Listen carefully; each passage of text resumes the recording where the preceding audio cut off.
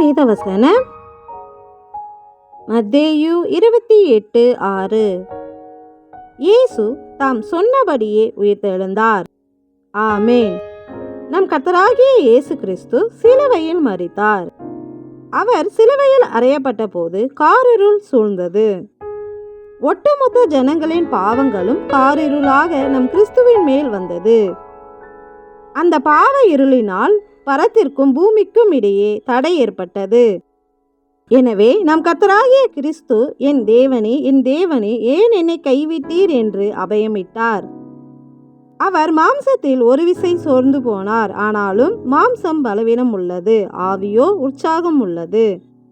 எனவே அவர் தாகமாய் இருக்கிறேன் என்று கெத்சமனே தோட்டத்தில் இரத்த வியர்வை சிந்தி வியாக்குலப்பட்ட போது அவரை தேற்றின பரிசுத்த ஆவியின் தாகத்தை அவர் கேட்டு அந்த ஆவியை கொண்டு அந்த பாவ காரிருளோடே கூட யுத்தம் செய்து எல்லாவற்றையும் முடிந்தது என்று சொல்லி தம்முடைய ஆவியை பிதாவின் கரத்தில் ஒப்பு கொடுத்து தன் ஜீவனை விட்டார்.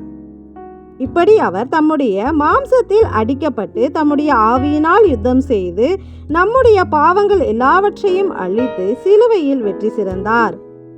நம்முடைய வாழ்க்கையில் பாவத்தை தூண்டும் மரணத்தின் அதிகாரியாகிய பிசாசை தம்முடைய மரணத்தினால் ஜெயிக்கும்படிக்கு இப்படி சிலுவையில் மரித்த நம் கிறிஸ்து அவர் முன் தம் சீஷர்களோடே சொன்னபடியே உயிர்த்தெழுந்தார். அவர் உயிர்த்தெழுந்தார் என்பதின் அடையாளமாக இன்றும் திறக்கப்பட்ட அவருடைய கல்லறையை நாம் காண்கின்றோம். எங்கள் பாவங்களை அழிப்பதற்காக சிலுவையில் மரித்து எங்களை விசுவாசத்தில் உயிர்ப்பிப்பதற்காக உயிர்த்தெழுந்த எங்கள் கர்த்தராகிய கிறிஸ்துவே, உமக்கு கோடான கோடி நன்றி செலுத்துகின்றோம். அனைவருக்கும் இனிய ஈஸ்டர் தின நல்வாழ்த்துக்கள்.